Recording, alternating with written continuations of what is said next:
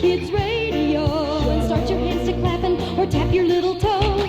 Tune in to Kids Radio and listen, we're ready to go. Now, Theodore, I've agreed to babysit for you tonight while your parents are away, and it's your bedtime, so you really need to get under these covers and go to sleep. Oh, golly, Aunt Carolyn, can't you at least tuck me in and tell me a bedtime story or something, huh? Well, let's see. How about a fairy tale? Oh, I'm too old for that sort of stuff. Oh, well, how about one of the folklore fables by the Brothers Grimm? Grimm? That sounds scary. Not really, no. Well, if it was written a long time ago, I don't know if, I'll like it that well, Aunt Carolyn. Oh, sure you will. Just picture the characters in your mind in your own way as I tell you the story. You might even picture them as friends you have right now or people you know. Okay. Let me get all comfy here. Yeah, Okay, fire away, Aunt Carolyn. Well, the name of this story is Rapunzel. Yeah, that's a funny name. It's a type of plant that people used to put in their salads like a radish. Anyway, there was once a man and a woman who had long wished for a child of their own, but to no avail. These people had a little window at the back of their house from which a splendid garden could be seen. It was full of beautiful flowers and herbs. However, it was surrounded by a high wall, and no one dared to go into it because it belonged to an enchantress who had great power and was dreaded by all the world. One day, the woman was standing by this window and looking down into the garden when she saw a bed which was planted with the most beautiful Rapunzel.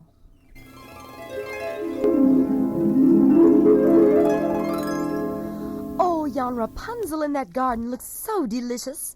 I could put it into one of my salads, and I know it would taste divine. The woman's desire for the Rapunzel increased every day. As she knew that she could not get any of it, she quite pined away and looked pale and miserable. Her husband became alarmed and asked, Yeah, what is the matter with you, dear wife? You are beginning to look strange. You are not anorexic or something, eh? Oh, if I can't get some of the Rapunzel plant which is in the garden behind our house to eat, I shall die. How do you wish to be buried? Because those flowers are the property of the evil Enchantress, and she will turn me into a repulsive frog if I am caught in that garden picking goodies, you know. Have you looked in a mirror lately, huh? The Enchantress would be too late. What? Please, pretty please, go get me just a little of the Rapunzel for my salad. No way. This boy knows better. Unless you get your carcass over that wall and get me that Rapunzel, I'll tell the king that it was you that put itching powder in his robes at the royal banquet last week. What do you think of that? I wonder if I can pole vault over that wall. In the twilight of the evening, he clambered down over the garden wall and hastily clutched a handful of Rapunzel for his dear wife, and took it back to her without incident. She had once made a salad of it and ate it with much relish. Oh, dear, perhaps a little too much relish with the salad.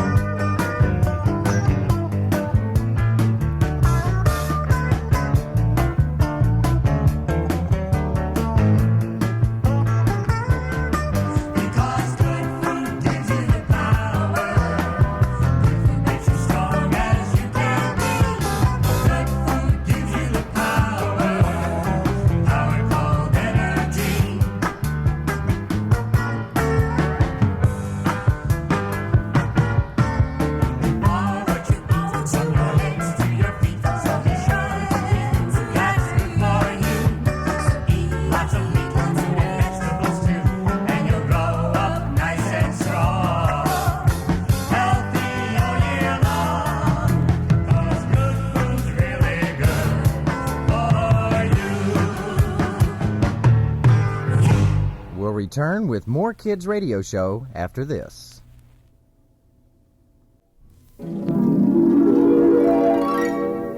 The woman liked the salad so very much that the next day she longed for it 3 times as much as before. If the man was to have any rest, he must once more descend into the garden. In the gloom of the evening, therefore, he let himself down again into the dreaded domain of the Enchantress. Ach du Lieber! Oh, ah, oh.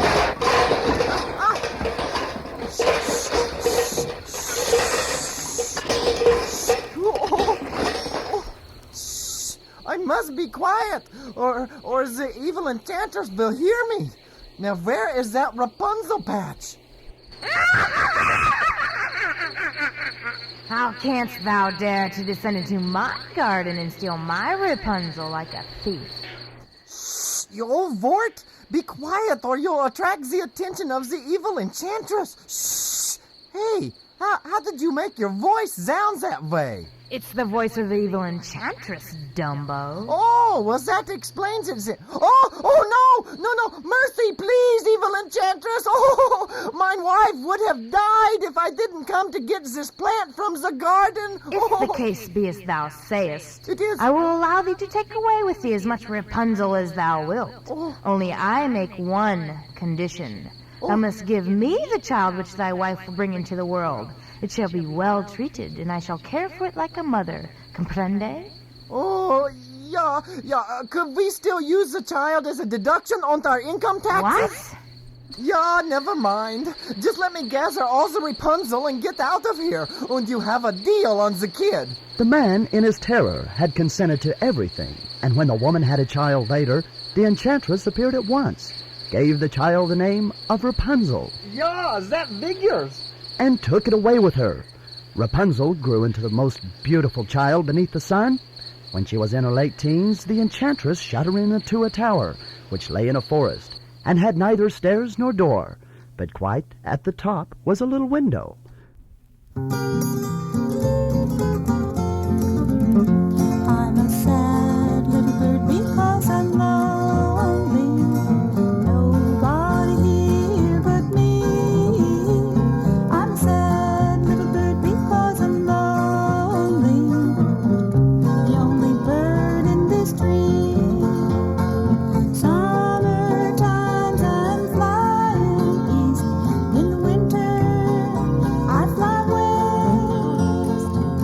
I've got the time I like the best is in the spring when I can sing. I'm a sad little bird because I'm lonely. Nobody here but me. I'm a sad little bird because I'm lonely. The only bird in this tree.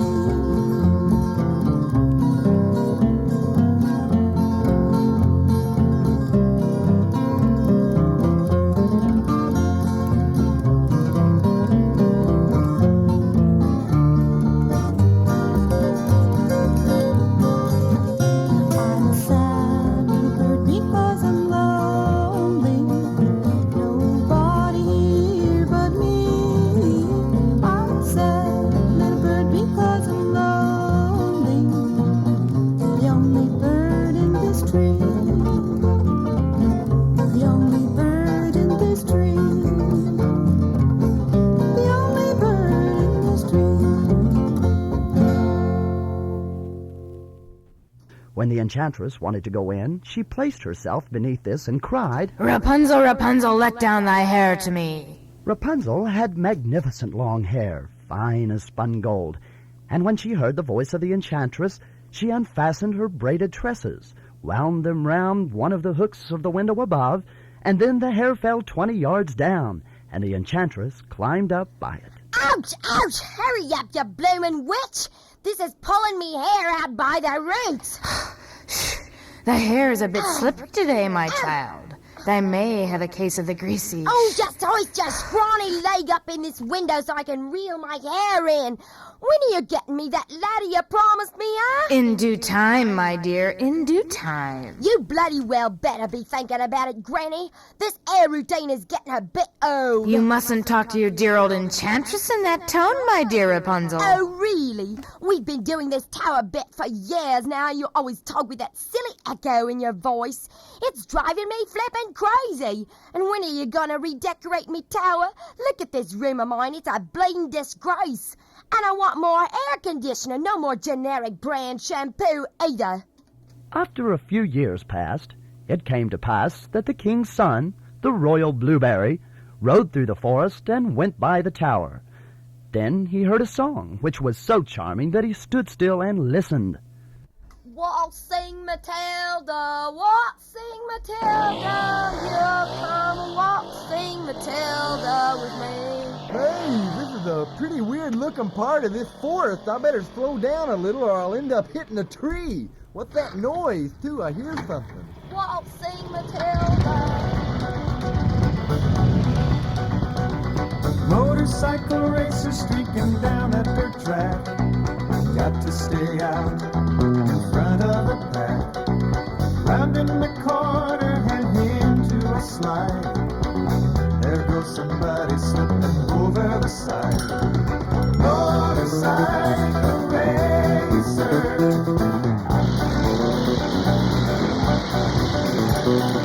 Motorcycle racer.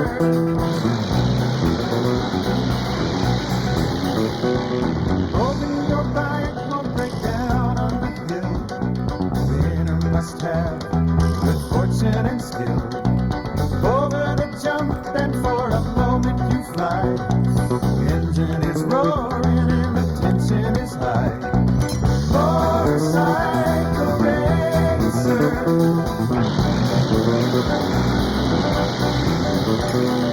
Motorcycle racer.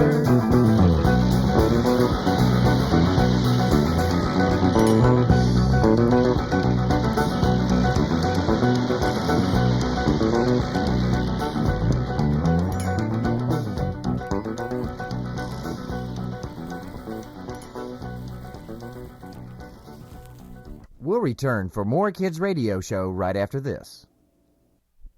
Hey, what's that noise? It sounds like somebody in pain. Here, boy, whoa, let me turn off the gas here a minute. Waltzing Matilda. Hey, that sounds like someone is killing chickens or something. I better go check this out. You wait here, boy, until I get back. Whoa, down, Harley. Quiet. Come waltzing Matilda with me. The singing was that of Rapunzel, who, in her solitude, passed her time in letting her sweet voice resound. The king's son wanted to climb up to her and looked for the door of the tower. Oh, hey, what's the deal? There's no door here, just a bunch of bricks, and solid, too. Ouch. Ooh. But none was to be found. He rode home, but the screeching, singing, had so deeply touched him with heartburn, had so deeply touched his heart, that every day he went out into the forest and listened to it. Waltzing Matilda, Oh, I can't figure out if they're killing chickens up in the tower, or maybe someone is badly injured up there. Woohoo! Gee. Once, when he was thus standing behind a tree, he saw that an enchantress came there, and he heard how she cried. Rapunzel, Rapunzel, let down thy hair. Then Rapunzel let down her braids of hair, and the enchantress climbed up to her. Hey, there must be a restaurant up in that tower that serves up Rapunzel salads. Hey, that's a pretty strange method to get up there, though. Well, probably a real exclusive place, but it's worth a shot. I better have some money on me next time to pay for a meal, though. I don't want to get thrown out of that place for not being able to pay the tab. It's a long way down. The very next day, when it began to grow dark and the royal blueberry's stomach was empty, he went to the tower and cried, Hey, let loose with that hairy ladder. I'm hungry. No, wait a minute. That's not the password. Let's see now. How did that go? Rapunzel, you nit. Oh yeah. Rapunzel, let down thy chair. No, hair. Yeah, let down thy hair. Immediately, the hair fell down, and the king's son climbed up. Blimey, this tinker weighs a ton. Kick your bloated carcass up in here on the double before you make me bald. Hurry up! Ooh, that's a pretty hairy climb up here, if you know what I mean. Yeah. Now, where's that Rapunzel I've been hearing so much about, you know? Right here in front of your bloomin' buggy eyes, round one. What? I don't see any salad. Salad schmallet, I'm Rapunzel, you twit.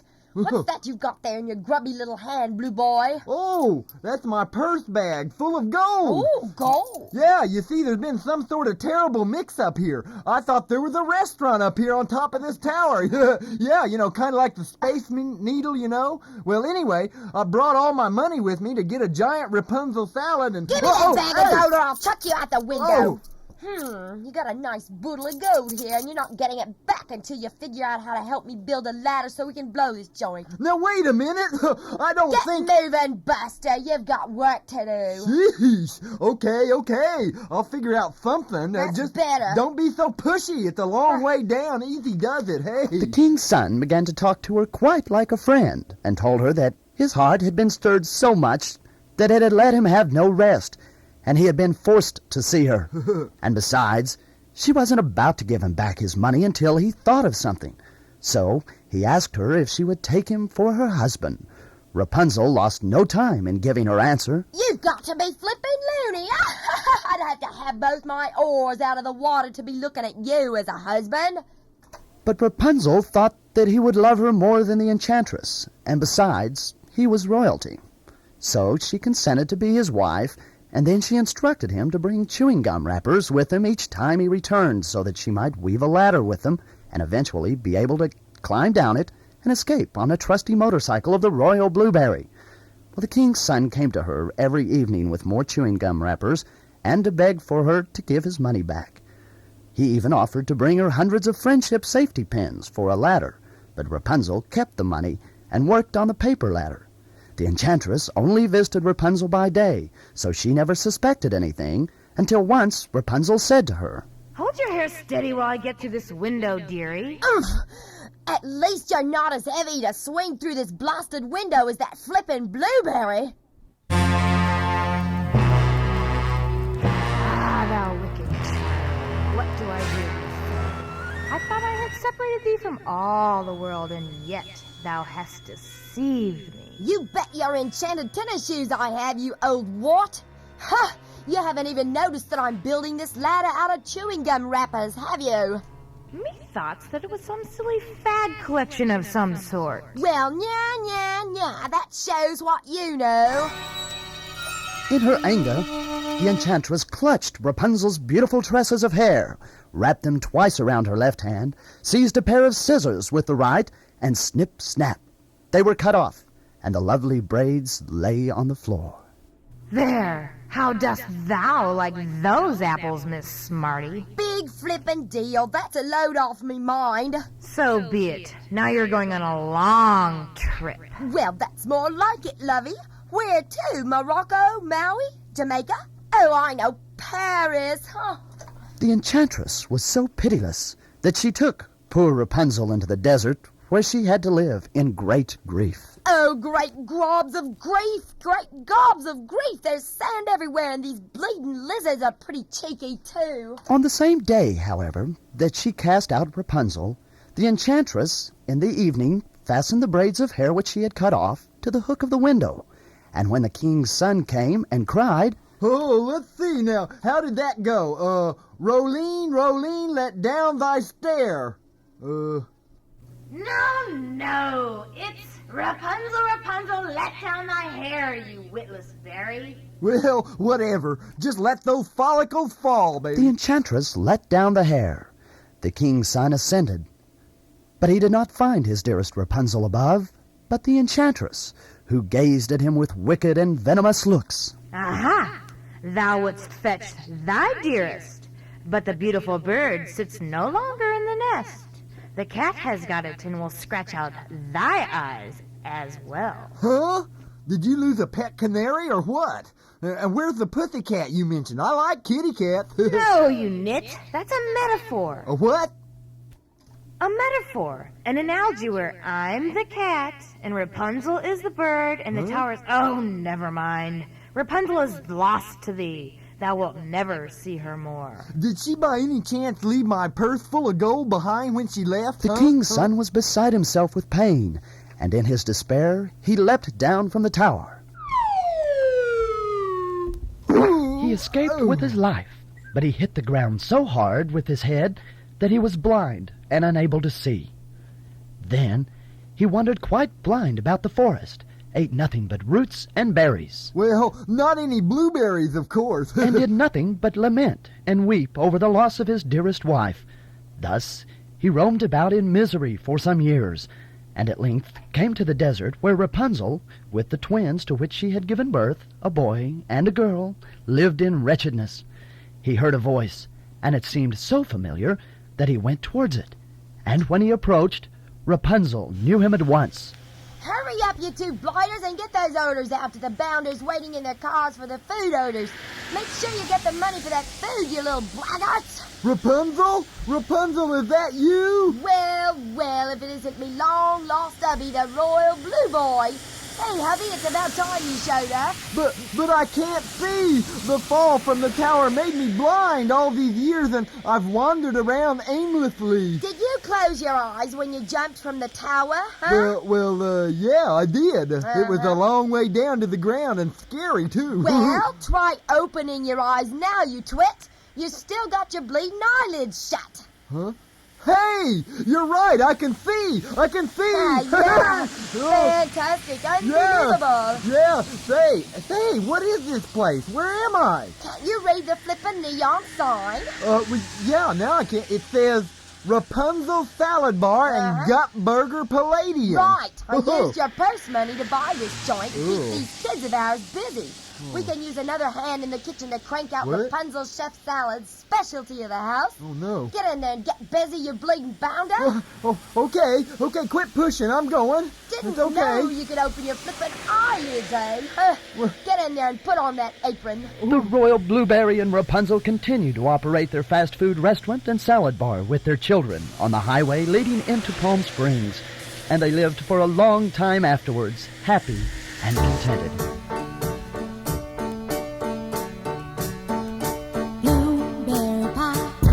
On by, and I don't know what to do with that blueberry pie, but I'm gonna try a blueberry pie, sad and shy. Won't you come out of your shell right this way? So are you. Please don't be so very blue. Come on, blue, there is a party in your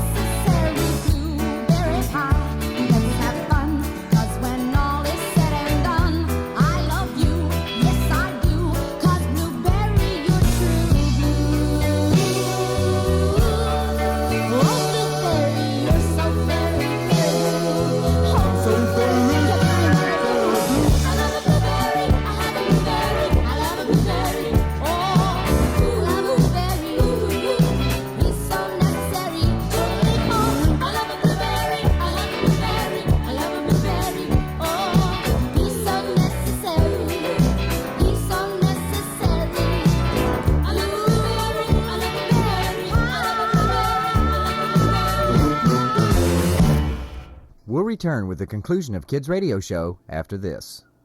Theodore, are you asleep? Oh, he's asleep all right. I'll bet he didn't even hear the fairy tale I've been reading to him. Well, sweet dreams, Theodore. I think I want to go make myself a salad before I turn in. Till next week. Bye.